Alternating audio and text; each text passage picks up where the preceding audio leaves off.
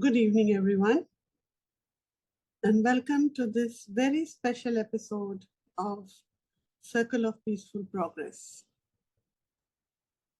I'm sure a lot of you are waiting today with bated breath to listen to our very special speaker who makes us understand that how radical and dance are connected so beautifully.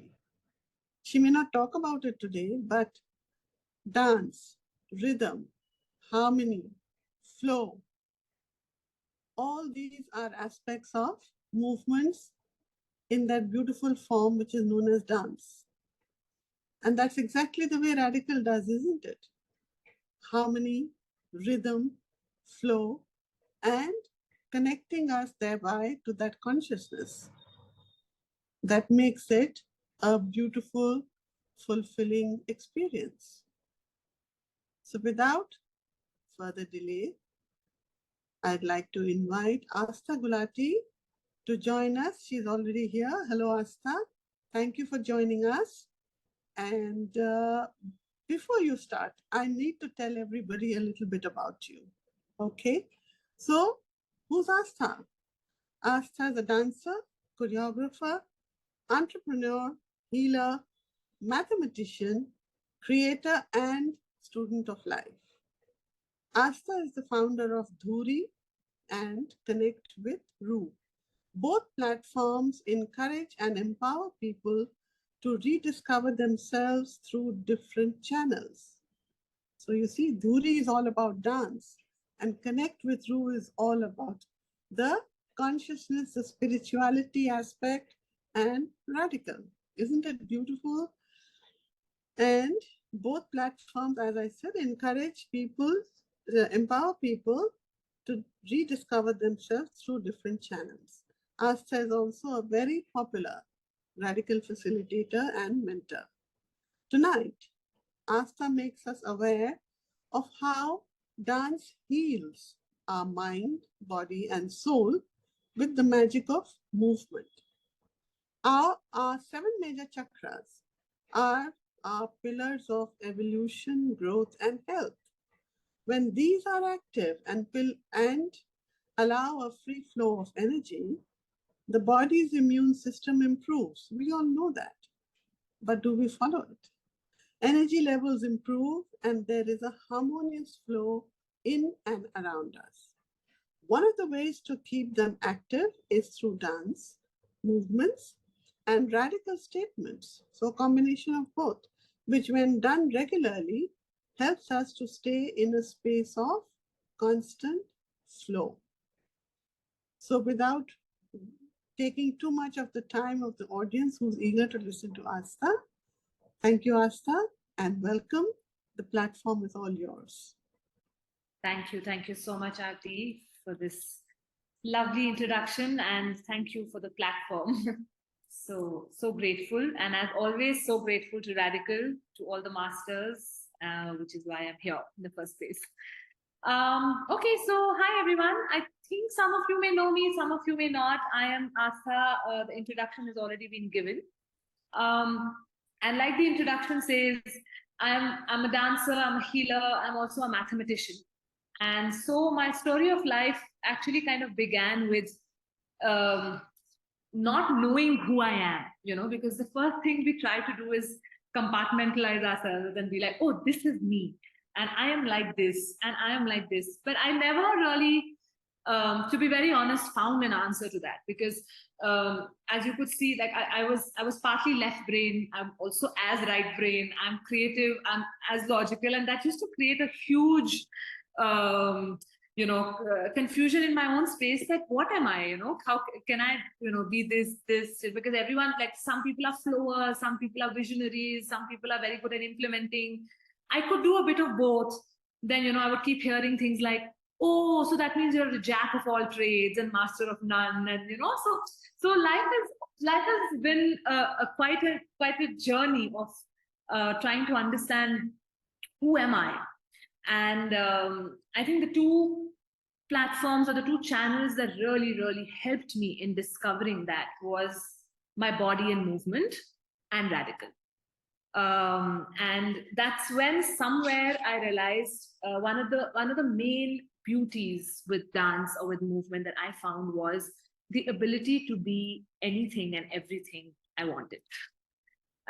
In that space, as in fact, I remember Aatmn once telling me itself that when you're moving, that is meditation for you. And I could never understand why, because I was like, oh, I can't meditate. Back in the day, I was like, I can't sit still and meditate. I wasn't able to, silence my mind. And then Aatmn turned around to me and said that when you're dancing, what happens to you? Are you not fully like in the moment? Aren't you fully present? And I'm like, yeah, that happens. So she's like, that's it. That is what meditation is. And I'm like, oh. And suddenly I realized that, yeah, like dance is a meditation. It's almost like worshipping everything that life has given or not given. And that is the beauty with which I have taken this journey of dance for myself. It's so much more than just the body. And when I was able to join Redikall and dance together is when I realized that, yeah, the two actually move beautifully hand in hand. And even with my students, though they may not even realize that I'm using Redikall, a lot of what I say comes from this understanding of what is getting stored where. So yeah, so that's my background of how dance has been for me. So let's understand. I mean, I think on the surface of it, we all know that dance and movement can heal. So any thoughts on how? How can it heal? What does it help with? You could write it on the chat box, or you could also unmute and talk to me. I like interaction. So how do you feel dance heals, or it or do you even feel dance heals in the first place? If yes, then how? What would you think movement or the body could be useful for? Any thoughts?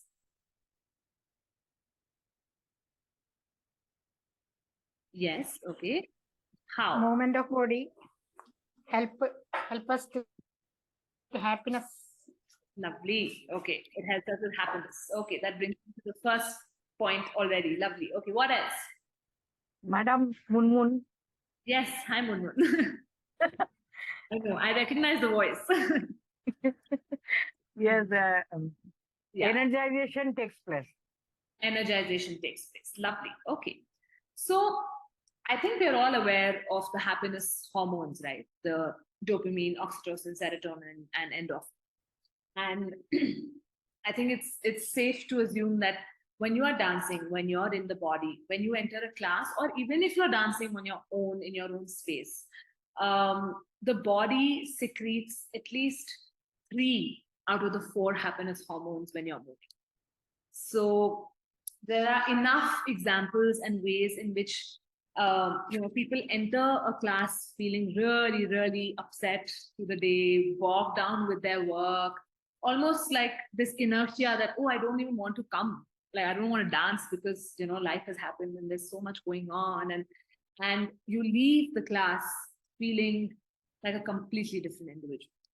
And I feel that is one magical quality that being with your body helps you express all that you feel you can't do on a day-to-day basis. So try this sometimes. I've actually tried this. It's a very useful tool. So the day I'm feeling angry, much against popular belief, dance doesn't always have to be happy. It can also be other moves, and that is the beauty. So when you're so on the days when you're feeling angry, play some music that could either trigger the anger or make you feel. Because what does Redikall also say, right? We don't suppress it, we don't stun it, we don't try and overcompensate it, and definitely we don't try to fight with it, because what we resist tends to persist. What we do is recognize. One of the most beautiful ways is to do it through the body as well. So if you're angry today, let the anger move you. Let the cellular memories of that anger in the body, whether it is wanting to shake the hand, whether it's wanting to bounce, whether it's wanting to maybe hit a pillow, it's important that you drop into the body and take that action of whatever you're feeling, and not just in the mind. Because even though the mind shifts, we all know this, that our cells take some time to regenerate, right? Because we are made of a carbon-based DNA. Sometimes it takes longer. You can bridge that gap by simple movements depending on your mood. And instead of just doing it when you're happy, you can do it whenever you are any sort of a mood. You're angry, you're pissed off, you're feeling insecure, you're feeling sad, someone's hurt you, you are happy, you're feeling happy, you're in a joyful space, you're feeling the love, you're enjoying the rain. Just pick that mood and let it move your body.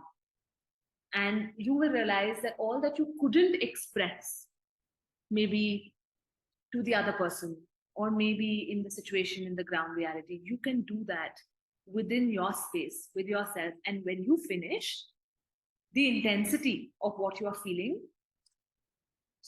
it magically dissipates. You may not even be getting into the story, but the body is so intelligent that it begins to rearrange the folders. And when you step out of that space, you're suddenly like, oh, wait, I'm not so angry anymore. And sometimes an aha moment, like we all know, right? There's a brilliance to everything. There is a gift in everything.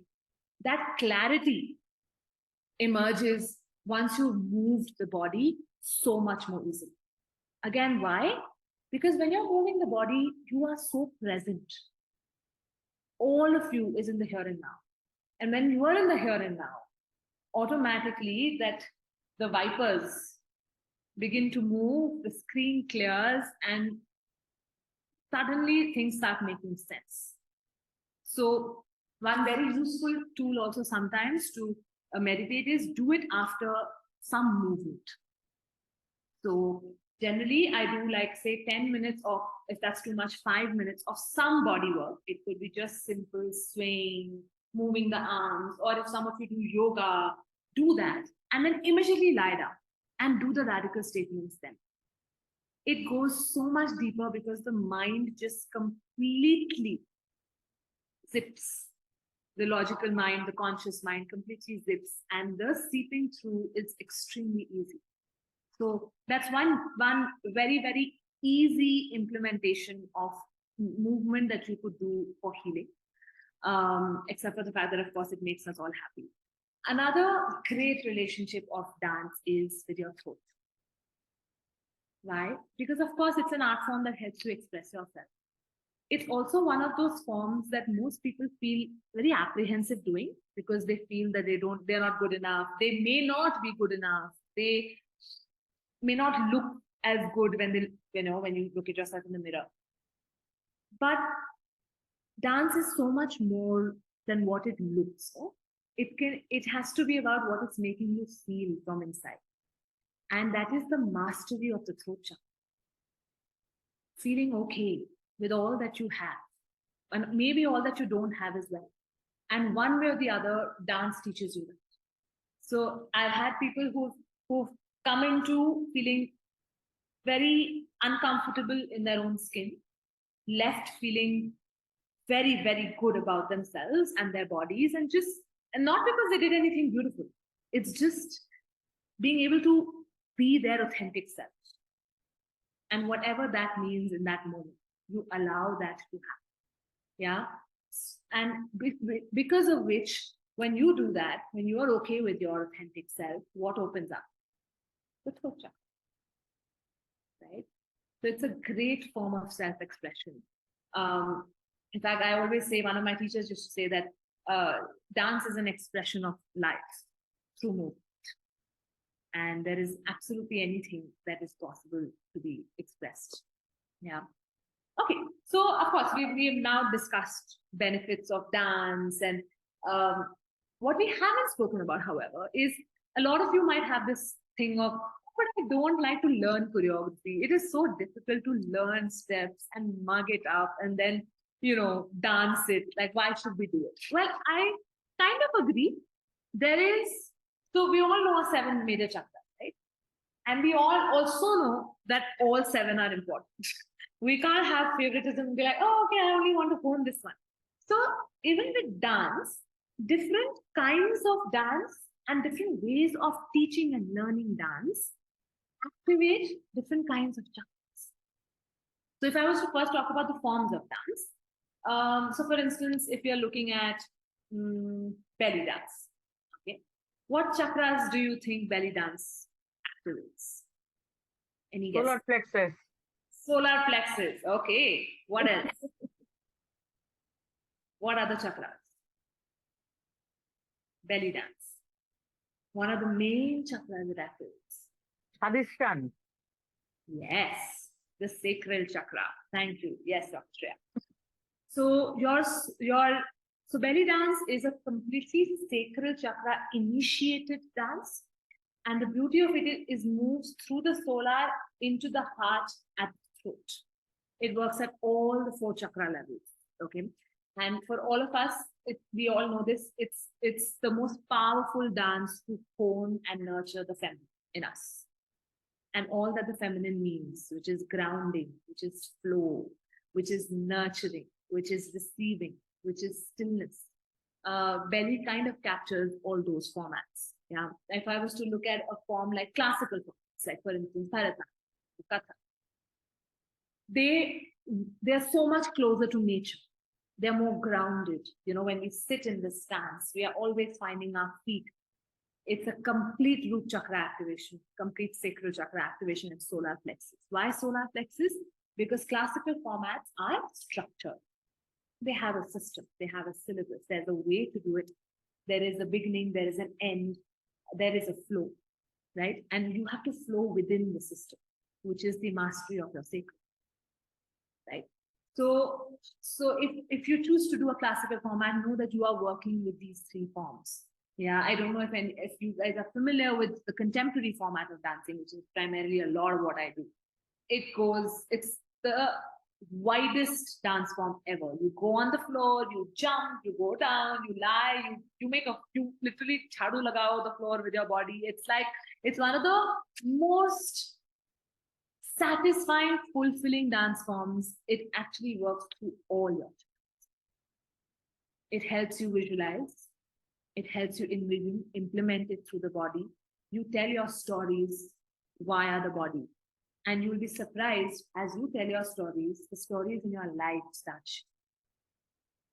And I've implemented all of this. This is how I use movement. If I'm going through something in life, I use it through movement. I dance it.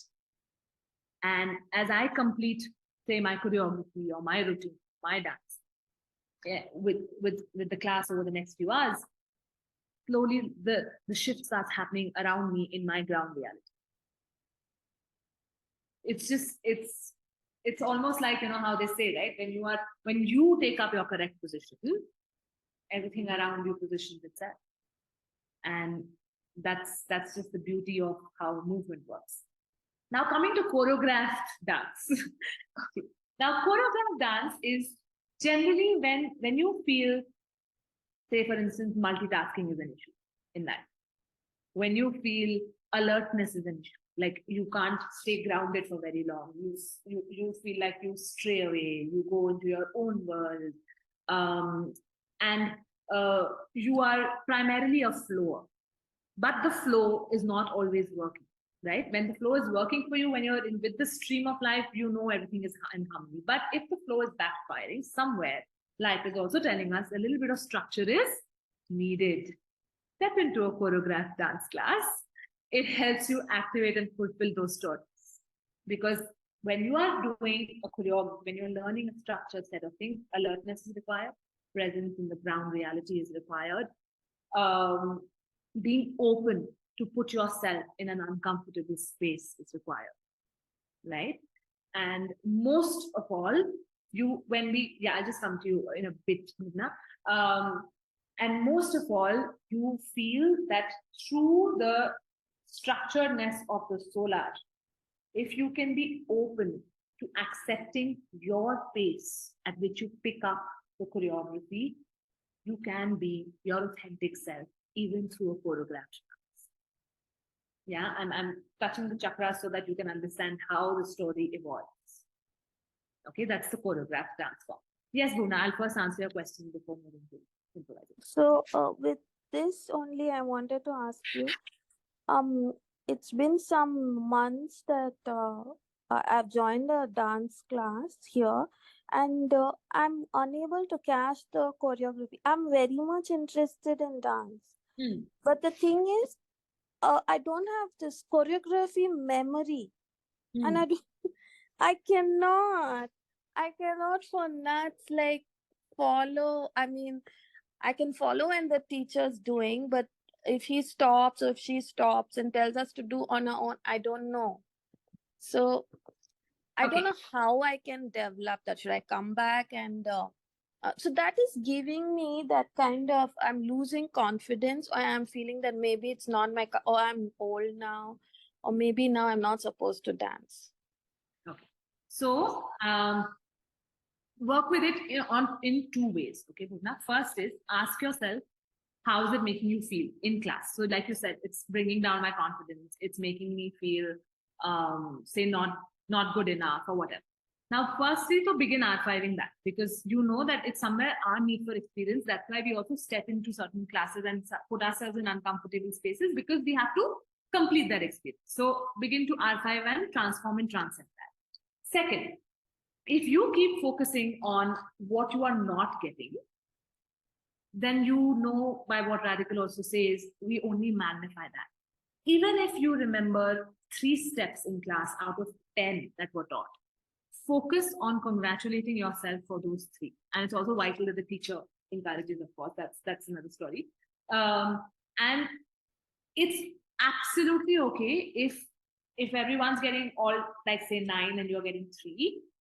Everyone has a different pace at which they memorize things. Okay.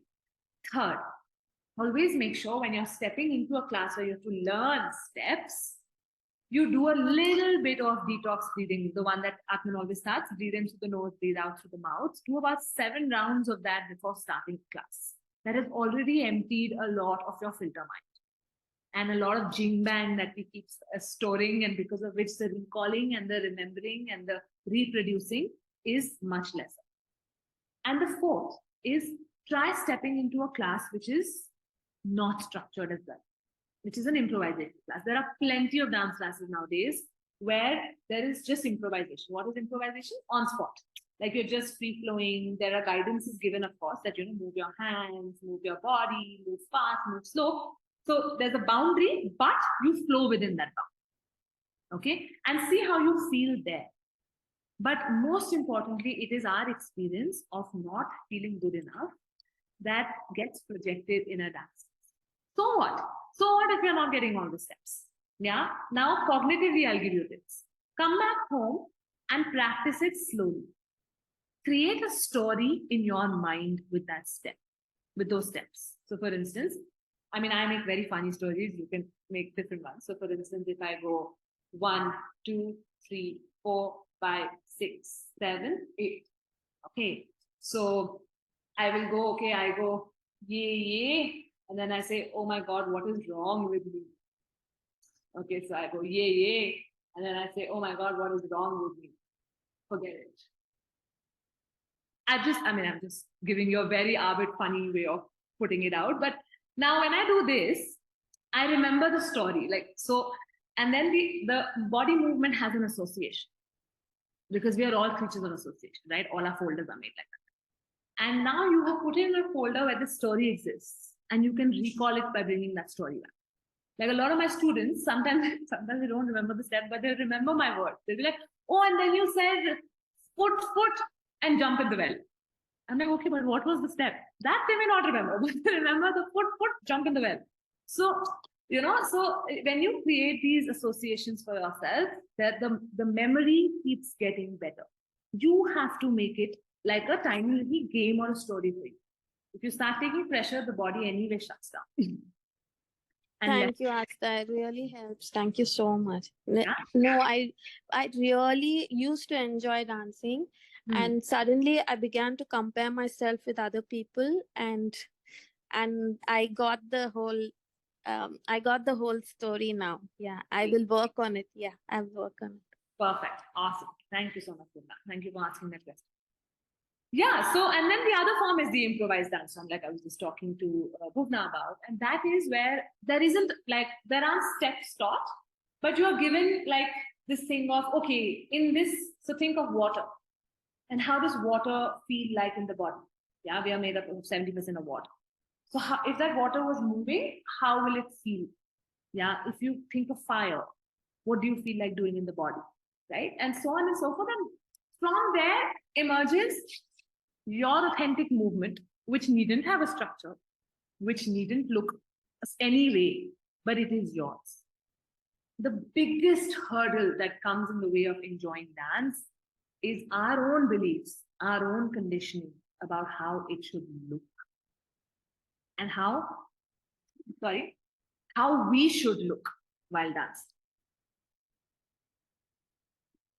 Just like there is no one definition of beauty, there is no one definition of beauty in dance as well. When we dispel these associations, when we dispel these beliefs from our system, automatically, even the strangest of movement, like the most contorted of movements, begins to feel good for ourselves, because that's what we needed. And one easiest way of doing this, try this at home. Okay, you can lock yourself in the room if initially you're feeling apprehensive. Look at yourself and be like, okay, how can I act stupid today? Or how can I look like a fool? And just that, I want to look like a fool today. When you confront that fool in you, I'm putting it in this parenthesis because it actually doesn't matter. There is no fool, there's no stupid. But when you confront and when you recognize that fool and you can move with that fool in you, all this need for comparison, to look a certain way, our own ways, self-critiquing our body, all of that begins to disappear. Because you're okay to look like a fool, to make a mistake. And that is generally the mastery. Most people who step into dance classes, I have noticed, that's my personal with my students, are generally between the heart, throat, and third eye. And they have to master these. So they have to accept themselves the way they are. And that's suddenly dance class is like, oh no, I can't accept myself, I can't move at all.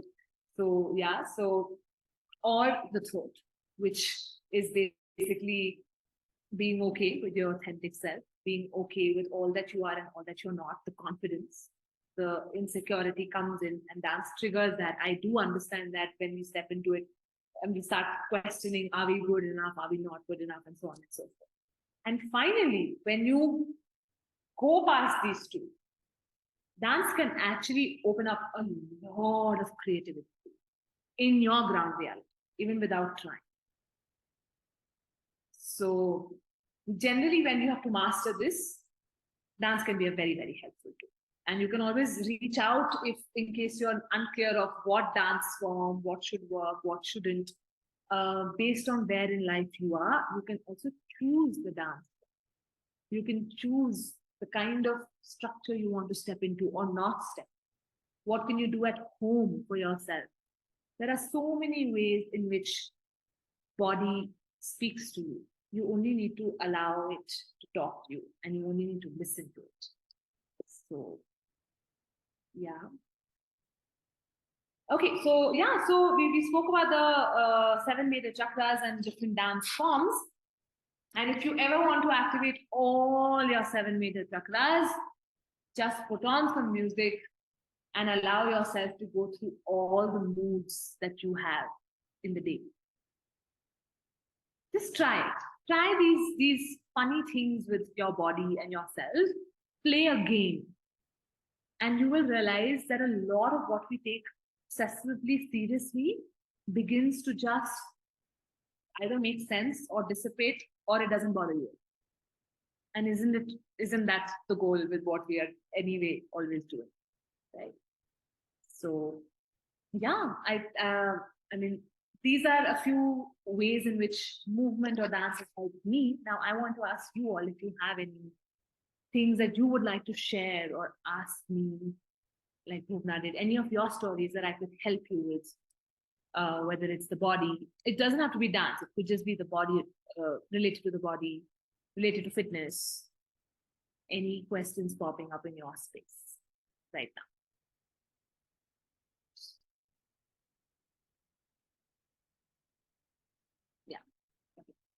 You can unmute and talk as well. No questions? Either you've understood everything or nothing is mixed. Can you show one Yes. dance position which activate all our chakras? Sorry, can you what? Can you show one dance position which activate all chakras? That activates all chakras. Okay. Yeah, we could do something together, all of us, something that activates all chakras. It won't be one movement, it will be a couple of movements put together. But yeah, but what about okay, so have Hai, could you demonstrate how we can connect Redikall and Aastha? Yes, so now for that we have to do it together. Can we do this together, everyone? Yes. Yes. Okay, great. Yeah. So let's do the statements and a few movements that will help you open up your chakras as well. What about senior citizens who have bone issues? You can also do seated, like simple seated movements. So actually, let's do some simple seated movements that help us. Okay, so this is also if in case you feel you can't move too much, you can sit on a chair. Imagine you're sitting on a chair. Okay, and simply begin to think of world. Just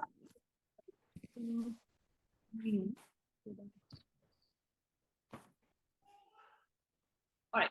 So a simple whirling exercise. Let's do it. Let's do everyone together. Yeah. Okay. So moving in a clockwise direction. Allow yourself to find your centrifugal axis.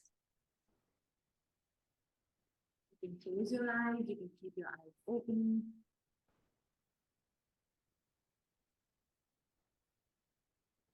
And as you whirl, allow yourself to focus on your tailbone, which is close to the floor, and just say, I awaken the grounded me. I awaken the grounded me. I awaken the grounded me. Coming center, stopping the whirling, let the ripple go into your arms. So just flow. Think of waves in your arms, whatever that means.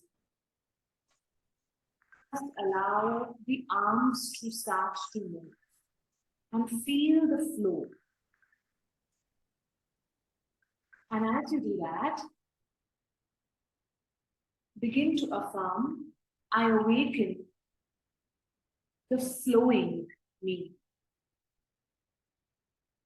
I awaken the joyously flowing me. I awaken the joyously flowing me. I awaken the joyously flowing me. Release the arms towards the floor or on the chair and just allow yourself to gently bow forward. It doesn't matter how low or high. You can go all the way down. You can go gently down and just focus on the fold in your abdomen as you do that. Stay there and just keep breathing. This one you don't have to move. Just gently bending forward. Stay there in this space and just begin to awaken the empowered you. I awaken the empowered me. I awaken the empowered me. I awaken the empowered me.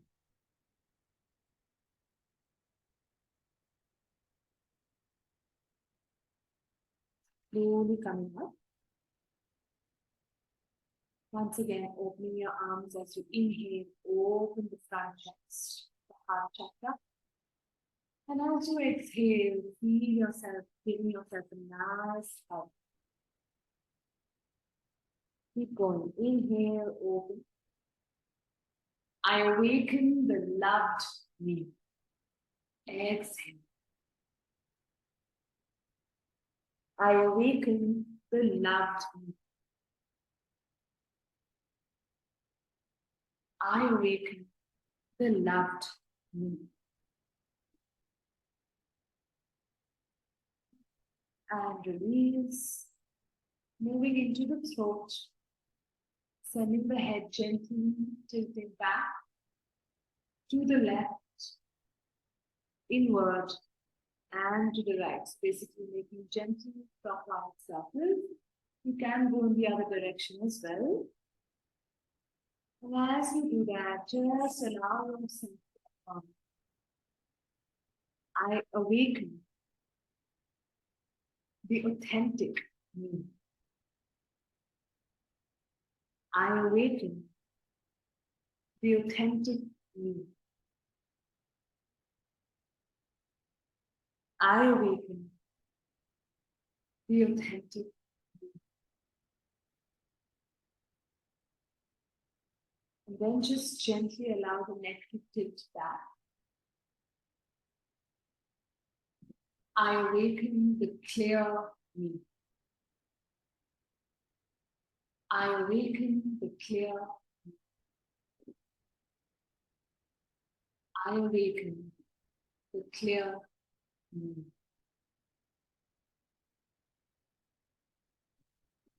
And then we end this practice by doing the same thing that we began with and beginning to whirl once again.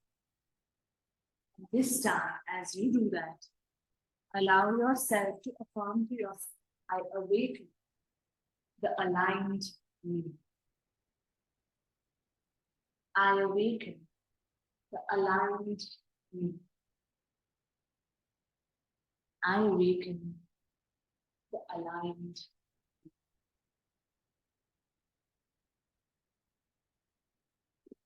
Gently beginning to pause the whirling and find stillness. And just be in this space. Keeping your eyes closed.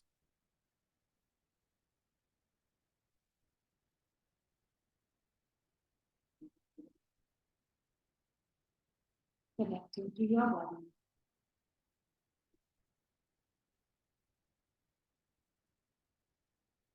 I awaken the awakened. I awaken the awakened. I awaken the awakened.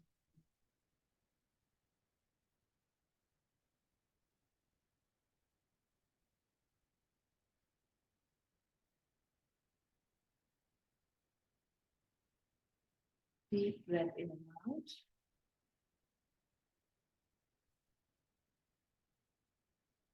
And gently, whenever you're ready, you may open your eyes.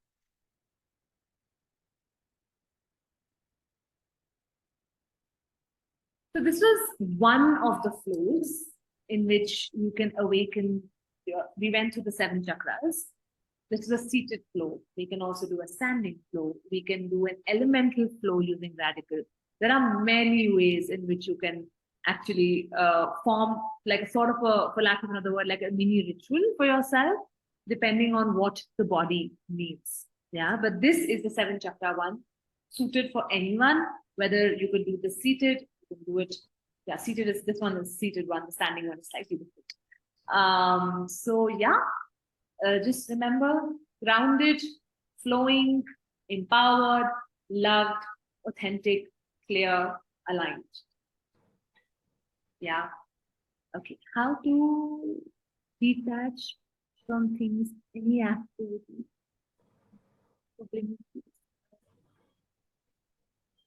Sorry. Do you mean that in any activity? So how can you be detached from the many things that go on in your mind so that you could stay in the moment?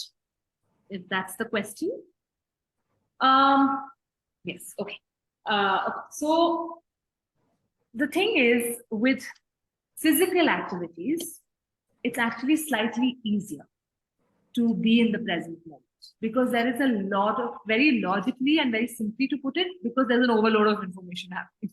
You're being told, okay, move your left hand, then move the right hand, take a deep breath, smile, look at your hand, and then go. So when you have so many instructions being given to you, you're invariably you come more into the present moment, and that's actually why when people leave a dance class, they're suddenly like, oh, I forgot about my worries for that 1 hour. Like you hear people say that a lot. That's happening because you are present with your body. Okay, that happens very, very easily. Another way, when I sometimes am still not able to do that, when there are too many things happening, again, don't fight the thoughts. One of my dance teachers used to tell me, use those thoughts and move with them and do the activity with them. Why are we fighting? Why are we suppressing it? Why are we running away? We know, right? Now Redikall has told us that what you resist, the game will continue. It will persist. But when you recognize it and you just allow yourself that, okay, fine, today I am feeling upset. Why am I trying to, not or pretend that everything is okay? No, okay, I'm upset. But that upsetness will also move your body. And when you don't fight it, that upsetness will flow. That's exactly actually how soul's love works. Right? When you put it on the frequency of love, it begins to flow because you're not hating it, you're not critiquing yourself, you're not fighting it. So don't try so hard to bring the peace. When we do that, also that creates so much pressure, and that's counterintuitive. Recognize wherever you are and allow that to flow you, allow that to move you. You will be surprised. And by the end of it, you'll feel that detachment slightly happening from the constant chatter in the mind that happens. And the third cognitive tip is, before entering any sort of an activity, tell whatever you are attached for that I will come back to you. I'm not leaving you. I will be there, but I need to attend to this first. It's almost like, your thoughts are also like little children. They just sometimes want to just be addressed and recognized that I exist, that I'll come back. And for that 1 hour, you'll be surprised that it may not disturb you at all. So it's very possible. Okay, I hope that answers your question a little bit. All right, if there aren't any more questions, then I think over to Aatmn. Anybody having any more questions? I think Aastha has done it so beautifully for us. And Aastha, I have to thank you for one major thing that you have done today. And people don't realize it. And that is that Redikall and the consciousness, whether we do transform, transcend, R5, soul's love, is not a serious exercise. You can do it with movement, you can do it with dance, you can do it in a flow. I mean, except when you need to really sit down and in a meditative space to do it. But apart from that, you can also do your statements, gently flowing with the flow. And that, I think, is a very big barrier you helped break today, because many people just associate because they think it is all about spirituality. So it needs to be done in a particular form. And that is a belief system. Thank you for breaking that. That was the most important takeaway for me, at least today. Yeah. And I hope the other students have also, and people have also understood this. But yes, thank you so much, Aastha. It's always a pleasure to have you speak to all of us and keep sort of making us learn and remember to flow all the time. Thank you. All the best and have a good evening.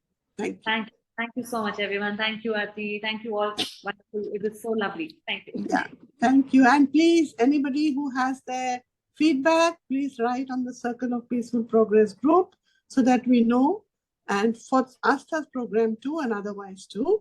And I've been requesting you, please let us know what else you want on this platform and we'll keep bringing it for you. Thank you so much. Good night.